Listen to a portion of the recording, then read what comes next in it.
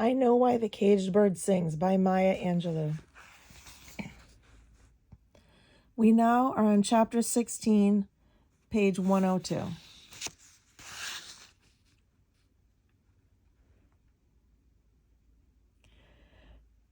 Recently, a white woman from Texas who would quickly describe herself as a liberal asked me about my hometown. When I told her that in stamps my grandmother had owned the only Negro general merchandise store since the turn of the century, she exclaimed, "Why, you were a debutante." Ridiculous and even ludicrous. But Negro girls in small southern towns, whether poverty-stricken or just munching along on a few of life's necessities, were given as extensive and irrelevant preparations for adulthood as rich white girls shown in magazines. Admittedly, the training was not the same. While white girls learned to waltz and sit gracefully, with a teacup balanced on their knees, we were lagging behind learning the mid-Victorian values with very little money to indulge them. Come and see Edna Lomax spending the money she made picking cotton on 5 balls of ecru tatting thread. Her fingers are bound to snag the work, and she'll have to repeat the stitches time and time again. But she knows that when she buys the thread,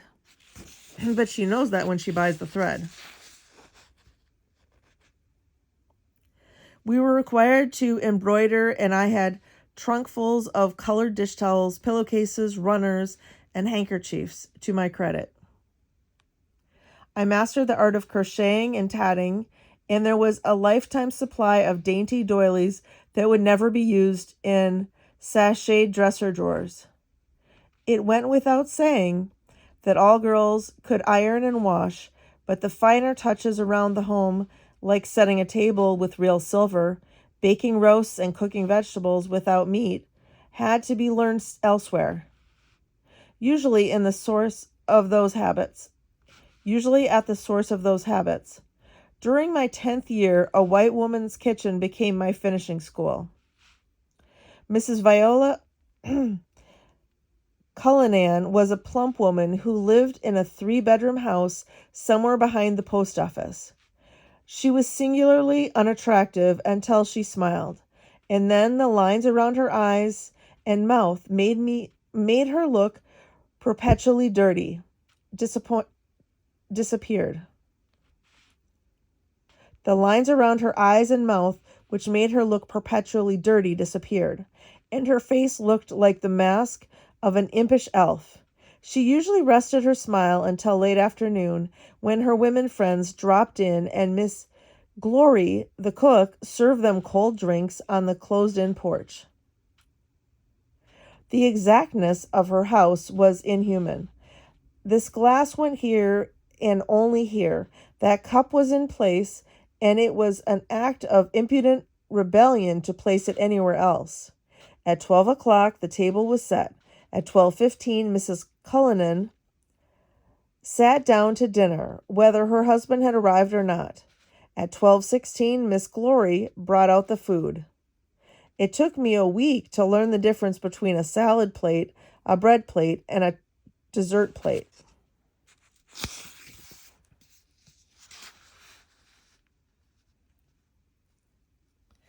Mrs. Cullinan kept up the tradition of her wealthy parents. She was from Virginia. Miss Glory, who was a descendant of slaves that had worked for the Cullinans, told me her history. She had married beneath her, according to Miss Glory. Her husband's family hadn't had their money very long, and what they had didn't amount to much. As ugly as she was, I thought privately she was lucky to get a husband above or beneath her station. But Miss Glory wouldn't let me say a thing against her mistress. She was very patient with me. However, over the housework, she explained the dishwasher, silverware, and servants' bells. The large round bowl in which soup was served wasn't a soup bowl. It was a tureen. There were goblets, sherbet glasses, ice cream glasses, wine glasses, green glass coffee cups with matching saucers, and water glasses. I had a glass to drink from, and it sat with Miss Glory's on a separate shelf from the others. Soup spoons, gravy boat, butter knives, salad forks, and carving platter were additions to vocabulary, and in fact almost represented a new language. I was fascinated with the novelty, with the fluttering Miss Cullinan and her Alice in Wonderland house. Her husband remains, in my memory, undefined. I lumped him with all the other white men that I had ever seen and tried not to see. On our way home one evening, Miss Glory told me that Miss Cullinan couldn't have children. She said that she was too delicate boned. It was hard to imagine bones at all under those layers of fat.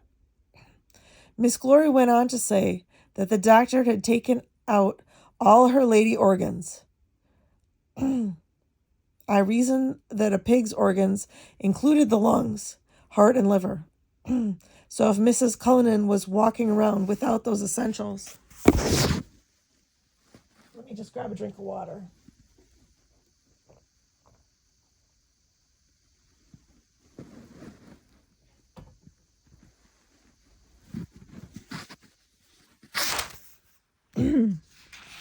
It explained why she drank alcohol out of an unmarked bottles. She was keeping herself embalmed. When I spoke to Bailey about it, he agreed that I was right, but he also informed me that Miss Cullinan had 2 daughters by a colored lady, and that I knew them very well. He added the girls were the spitting image of their father. I was unable to remember what he looked like, although I had just left him a few hours before. But I thought of the Coleman girls. They were very light-skinned and certainly didn't look very much like their mother. No one ever mentioned Miss Coleman. Mr. Coleman, excuse me. My pity for Miss Cullinan preceded me the next morning, like the Cheshire Cat's smile. Those girls who could have been her daughters were beautiful. They didn't have to straighten their hair. Even when they were caught in the rain, their braids still hung down straight like tame snakes. Their mouths were pouty like Cupid's bows. Mrs. Cullinan didn't know what she missed, or maybe she did. Poor Mrs. Cullinan. For weeks after, I arrived early, left late, and tried very hard to make up for her barrenness. If she had had her own children, she wouldn't have had to ask me to run 1,000 errands from her back door to the back door of her friends. Poor old Mrs. Cullinan. Then one evening, Miss Glory told me to serve the ladies on the porch. After I set the tray down and turned toward the kitchen, one of the women asked, "What's your name, girl?" It was the speckled-faced one. Mrs. Cullinan said, "She doesn't talk much. Her name's Margaret." "Is she dumb?" "No, as I understand it, she can talk when she wants to."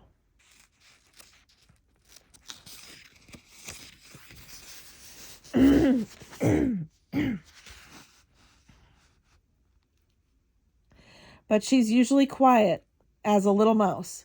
Aren't you, Margaret?" I smiled at her. Poor thing, no organs, and couldn't even pronounce my name correctly. "She's a sweet little thing, though." "Well, that may be, but the name's too long. I'd never bother myself. I'd call her Mary if I was you." I fumed into the kitchen. That horrible woman would never have the chance to call me Mary, because if I was starving, I'd never work for her. I decided I wouldn't pee on her if her heart was on fire. Giggles drifted in off the porch and into Miss Glory's pots. I wondered what they could be laughing about. White folks were so strange. Could they be talking about me? Everybody knew that they stuck together better than the Negroes did. It was possible that Mrs. Cullinan had friends in St. Louis who heard about a girl from Stamps being in court and wrote to tell her. Maybe she knew about Mr. Freeman. My lunch was in my mouth a second time, and I went outside and relieved myself on the bed of 4 o'clocks. Mrs. Glory thought I might be coming down with something and told me to go home, that Mama would give me some herb tea and she'd explain to her mistress. I realized how foolish I was being before I reached the pond. Of course Mrs. Cullinan didn't know. Otherwise she wouldn't have given me the 2 nice dresses that Mama cut down, and she certainly wouldn't have called me a sweet little thing. My stomach felt fine, and I didn't mention anything to Mama. That evening, I decided to write a poem on being white. Fat, old, and without children. It was going to be a tragic ballad. I would have to watch her carefully to capture the essence of her loneliness and pain. The very next day, she called me by the wrong name. Miss Glory and I were washing up the lunch dishes when Miss Cullinan came to the doorway. Mary? Miss Glory asked. Who? Miss Cullinan, sagging a little, knew, and I knew. I want Mary to go down to Mrs. Randall's and take her some soup. She's not been feeling well for a few days. Miss Glory's face was a wonder to see. You mean Margaret, ma'am? Her name's Margaret. That's too long. She's Mary from now on. Heat that soup from last night and put it in the china tureen. And Mary, I want you to go carry it carefully.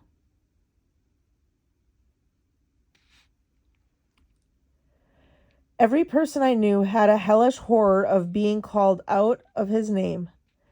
It was a dangerous practice to call a Negro anything that could be loosely considered as insulting because of the centuries of their having been called niggers, jigs, dingies, blackbirds, crows, boots, and spooks. Miss Glory had a fleeting second of feeling sorry for me. Then, as she handed me the hot tureen, she said, Don't mind, don't pay that no mind. Sticks and stones may break your bones, but words, you know, I've been working for her for 20 years. She held the back door open for me. 20 years. I wasn't much older than you. My name used to be Hallelujah. That's what Ma called me. But my mistress gave me Glory, and it stuck. I likes it better, too. I was in the little path that ran behind the houses when Miss Glory shouted, It's shorter, too.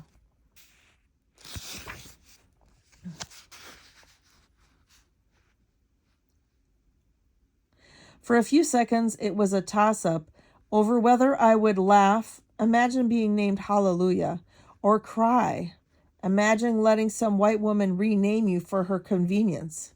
My anger saved me from either outburst. I had to quit the job, but the problem was going to be how to do it. Mama wouldn't allow me to quit for just any reason. She's a peach, that woman, a real peach. Mrs. Randall's maid was talking as she took the soup from me, and I wondered what her name used to be and what she answered to now. For a week I looked into Mrs. Cullinan's face as she called me Mary. She ignored my coming late and leaving early. Miss Glory was a little annoyed because I had begun to leave egg yolk on the dishes and wasn't putting much heart in polishing the silver. I hoped that she would complain to our boss, but she didn't. Then Bailey solved my dilemma. He had me describe the contents of the cupboard and the particular plates she liked best. Her favorite piece was the casserole shaped like a fish and the green glass coffee cups. I kept his instructions in mind. So on the next day when Miss Glory was hanging out clothes and I had again been told to serve the old biddies on the porch, I dropped the empty serving tray. When I heard Miss Cullinan scream, Mary, I picked up the casserole and 2 of the green glass cups in readiness. As she rounded the kitchen door, I let them fall on the tiled floor. I could never absolutely describe to Bailey what happened next, because each time I got to the part where she fell to the floor and screwed up her ugly face to cry, we burst out laughing. She actually wobbled around on the floor and picked up shards of the cups and cried, "Oh, Mama, oh, dear God. It's Mama's china from Virginia. Oh, Mama, I sorry." Miss Glory came running in from the yard, and the women from the porch crowded around Miss Glory, was almost as broken up as her mistress. "You mean to say she broke our Virginia dishes? What we gone do?" Miss Cullinan cried louder, "That clumsy nigger, clumsy little black nigger." Oh, Speckled Face leaned down and asked, "Who did it, Viola? Was it Mary who did it?" Everything was happening so fast, I can't remember whether her action preceded her words, but I know that Miss Cullinan said, "Her name's Margaret.